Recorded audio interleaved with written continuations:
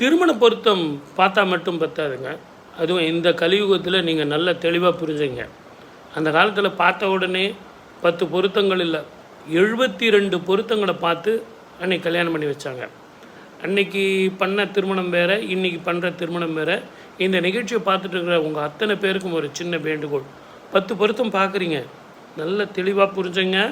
நீங்கள் என்ன பயோடேட்டா கொண்டு வரீங்களோ, நீங்கள் பொண்ணு வீடாக இருந்தால் என்ன மாப்பிள்ளை டீட்டெயில் கொண்டு வரீங்களோ அந்த பிறந்த தேதி, வருஷம், மாதம், நேரத்துக்கு தான் நாங்கள் பொருத்தம் பார்க்குறோம். நீங்கள் பையன் வீடாக இருந்தால் பெண் வீட்டை அந்த ஜாதகத்தை பார்க்குறோம்.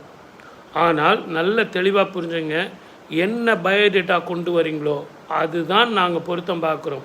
ஆனால் அந்த பயோடேட்டா கரெக்டாக அப்படிங்கிறத முதல்ல நீங்கள் வெரிஃபை பண்ணணும். அதே மாதிரி நிறைய பேர் குழப்புவாங்க, இது திருக்கணித பஞ்சாங்கம், இது வாக்கிய பஞ்சாங்கம், இது திருக்கணித பஞ்சாங்கம் சரி கிடையாது. இந்த பஞ்சாயத்தில் நமக்கு தேவையில்லைங்க. நம்ம குழந்தைங்க நல்லா இருக்கணும், குழந்தைங்க நல்லா வாழணும், நல்ல சத்சந்தானம் வேணும். அது திருக்கணிதமாக இருந்தான்னா, வாக்கியமாக இருந்தான்னா, எனக்கு என் குழந்தை நல்லா வாழணும், இதுதான் நம்ம மனசில் வச்சு பார்க்கணுமே ஒழிய அந்த ஜோதிட பஞ்சாயத்துக்களை நம்ம போகக்கூடாது. ஒரு சில பேர் இதை குழப்பிக்கிட்டு உக்காந்துட்ருப்பாங்க. ஏன் சார், நான் மறுபடியும் சொல்கிறேன், எந்த மாதிரி ட்ரீட்மெண்ட்டாக இருந்தால் என்ன, எப்படிப்பட்ட கால்குலேஷனாக இருந்தால் என்ன, ஒன்று வியாதி சரியானா போகுது, இன்னொன்று ஆன்சர் கரெக்டாக வந்தால் சரியாக போகுது இல்லைங்களா?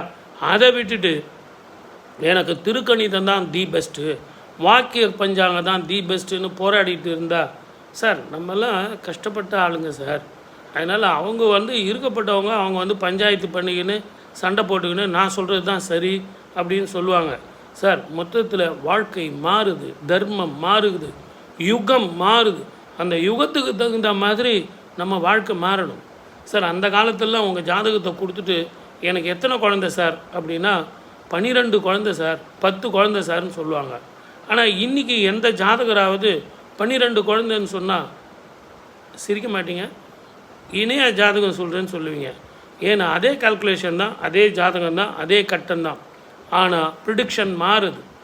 அந்த மாதிரி தான் ப்ரிடிக்ஷன் மாறும் அப்படின்னு சொல்லும்போது தயவு செஞ்சு நீங்கள் நல்லா புரிஞ்சுங்க.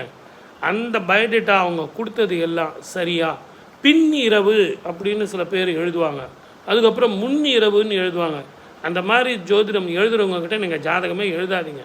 பின்னிரவும் கிடையாது, முன்னிரவும் கிடையாது. அதெல்லாம் அந்த காலத்தில் எழுதிக்கிட்டு இருந்தாங்க. இப்போல்லாம் விடியற் காலையில் முடிஞ்சு போச்சு, 12 மணி ஆச்சுன்னா அடுத்த நாள் இப்படி நீங்கள் ஜாதகம் பார்த்து உங்கள் பிள்ளைங்களுக்கு கல்யாணம் பண்ணுங்கள், நல்லா வாழலாம். இப்போ நீங்கள் சப்ஸ்கிரைப் பண்ணுங்கள்.